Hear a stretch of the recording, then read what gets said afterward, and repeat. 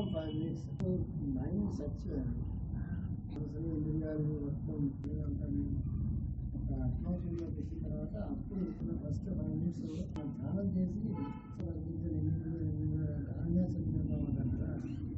అది గ్రాడ్యువల్గా మనం తెలియాలి. ఇట్లాగే ఒక్కొక్క స్తోత్రం ముఖ్యంగా అది చదువుకునేటప్పుడు అట్మాస్ఫియర్ క్రియేట్ చేసుకోవాలి.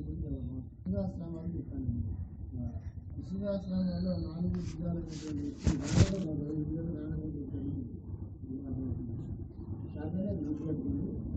4 విధాలతో వస్తూ 4 నుంచి మన కాపాడుతాడు. మొదట 4 విధాలను తీసుకొని 4 దిక్కులు తూర్పు పడవ దక్షిణ 4 దిక్కుల నుంచి మన కాపాడుతాడు అని చెప్పేటటువంటిది ఒక పద్ధతి. మనకి 4 భుజాలు. అది మనకేం చేశారు మాస్టర్ గారు, పైనుంచి ఒక వెర్టికల్ లైన్ కిందకి, ఒక హారిజాంటల్ లైన్ పైనుంచి ఇట్లాగా ఇట్లాగా ఇట్లాగా ఇట్లాగా అది మన చుట్టూ ముందు ఫామ్ చేసుకోవాలి.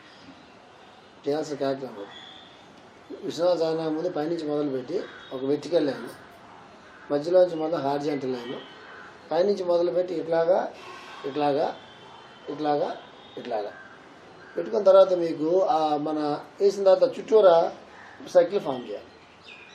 కరెక్ట్గా మనకి జగద్గురు పీఠం వల్ల మనం ఏ సింబల్ వాడతాం అది నారాయణ తాల సింబల్. అది ఈ చతురస్రానికి సింబల్ ఆఫ్ పర్ఫెక్షన్ అంటారు.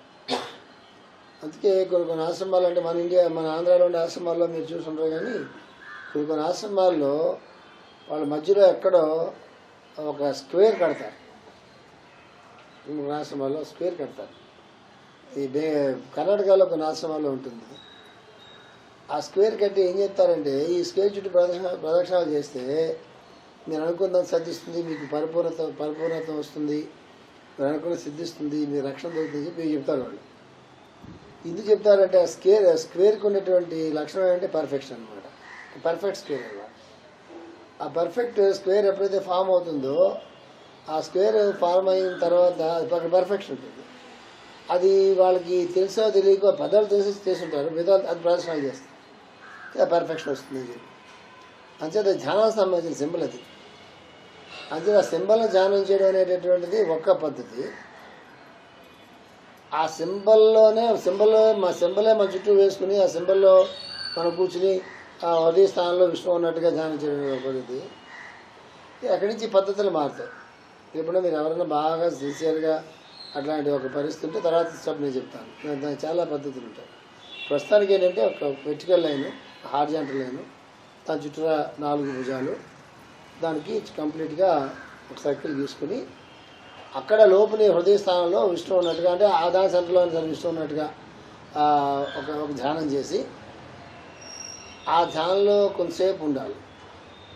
ప్రతిరోజు ఈ ధ్యానం ఎవరైతే చేసుకుంటారో వాళ్ళందరికీ చాలా మంచి రక్షణ. విష్ణు తాలూకు నారాయణ తాలూకు వాసుదేవుడి వివాహాల్లోకి వెళ్ళడం వెళ్ళేటి ఉంటుంది. అది కేవలం థిరిటికల్ పార్ట్ కాకుండా అసలు ఆ పార్ట్లోకి అది ఆ వ్యూహాలు మనలోకి దిగిరావడానికి కావాల్సినటువంటి ఒక ఎంట్రెన్స్ లభిస్తుంది. ఇట్లాంటి రహస్యాలు చాలా ఉంటాయి సాధనలో. సో మనకి ఈ న్యూ ఇయర్, నాకు న్యూ ఇయర్ అంటే యాక్చువల్గా పడదు, కానీ ఎందుకు ఈ న్యూ ఇయర్ నాకు ఇది స్పెషల్గా అనిపిస్తుంది. స్పెషల్గా ఏంటంటే గొప్ప అని చదువుతాను కాదు. మామూలుగా న్యూ ఇయర్ నేను పట్టించుకోను.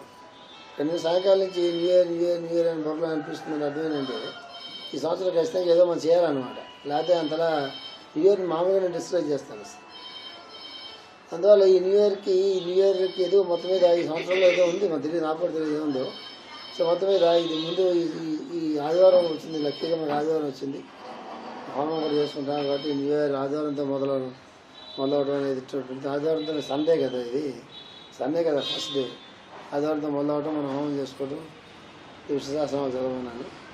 ఇది ఇట్లాంటి ఒక ధ్యానం చేసుకున్న తర్వాత అప్పుడు విశ్వసనామాలు మీరు మొదలు పెడితే చాలా ఎఫెక్టివ్గా ఉంటుంది. ఓకేనా? రైట్. మామూలుగా ఇప్పుడు రావాలి.